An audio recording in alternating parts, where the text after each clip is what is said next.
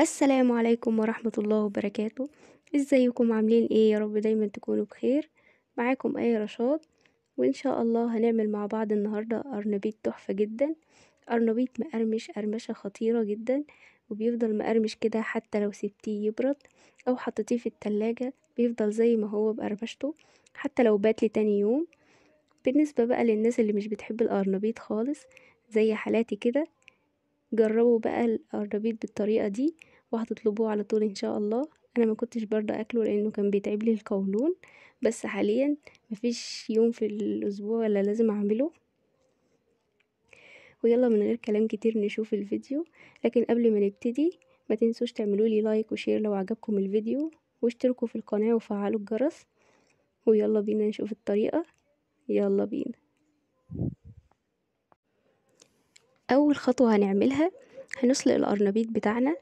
بنقطع القرنبيط بتاعنا لزهرات صغيرة، وفي مية بتغلي على النار هنحط معلقة من الملح، معلقة صغيرة مش كبيرة. وبعد كده هننزل بالقرنبيط بتاعنا في المية. انا مقطعاه لزهرات، طبعا عايزة تقطعيه اصغر من كده اكبر من كده ده يرجعلك.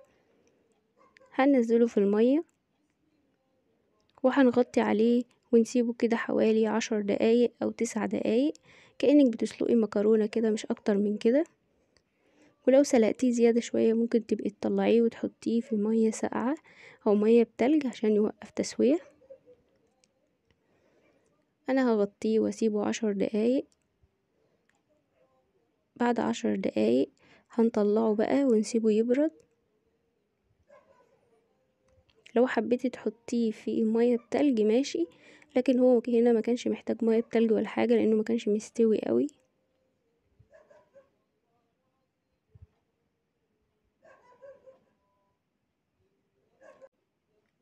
تعالوا بقى هنا نحضر الخلطة بتاعتنا.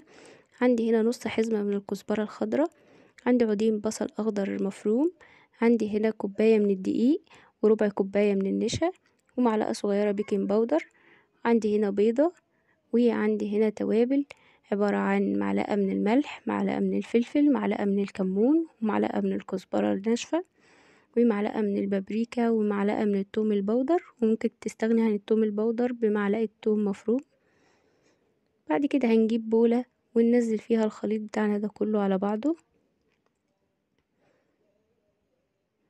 وهنقلبه مع بعضه.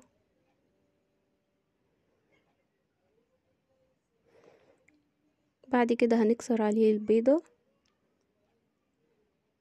معانا هنا كوباية مية، هو هياخد معايا حوالي كوباية وربع من المية. هنبتدي ننزل المية واحدة واحدة وبالمضرب كده ونقلب. ما تحطيش المية كلها مية مرة واحدة علشان ما تلاقيش خليط بقى مية معاكي تحتاجي تضيفي دقيق تاني. بالشكل اللي انتوا شايفينه ده. انا هزود كمان ربع كوباية من المية. الخليط ده بيكون قوامه كده عامل زي عجينة الكريب بالظبط، مش تقيلة ومش خفيفة. خلصنا تقليب بقى. هنحضر بقى الكفر الخارجي اللي هنغطي بيه القرنبيط.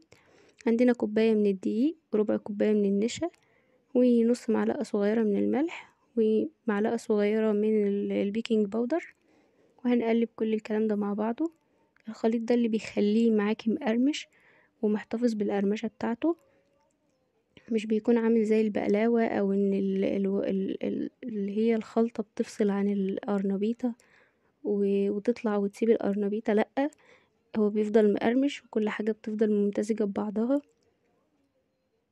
بيكون حلو جدا. هناخد بقى القرنبيط بتاعنا ونقلبه في الخلطة، وبعد كده هنغطيه بالخلطة، وبعدين نغطيه بالدقيق بالدقيق بالنشا اللي عملناه بالشكل اللي انتوا شايفينه ده.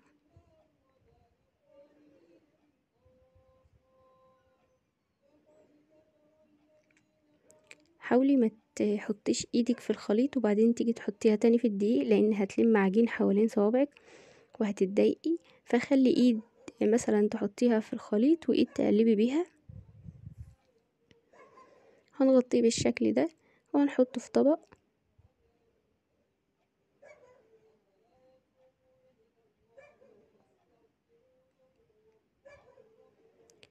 هكمل كل الكمية وبعد كده هرجع لكم.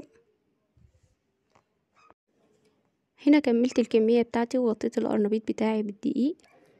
هنروح بقى على النار في زيت غزير سخن طبعا، وهننزل بالوحدات القرنبيط بتاعتنا.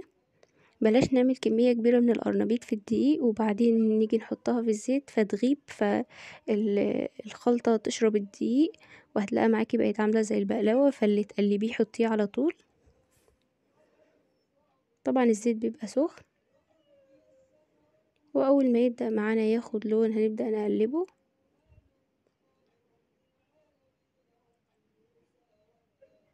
مش بياخد وقت خالص. شايفين لونه حلو ازاي؟ تحسي ان انت بتقلي فراخ مش بتقلي قرنبيط خالص يعني.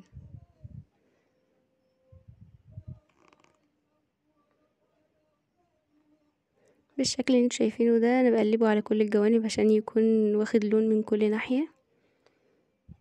خطير جدا، جربوه بالخلطة دي وهيعجبكم ان شاء الله.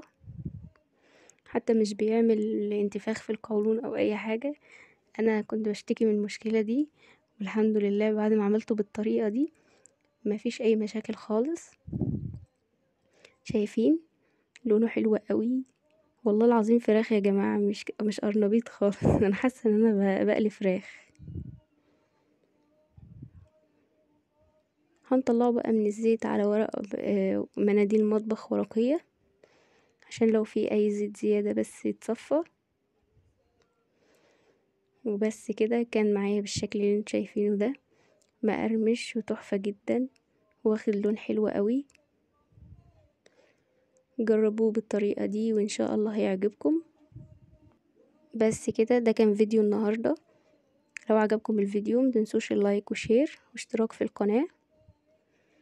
واستنوني في فيديو جديد. في رعاية الله، مع السلامة.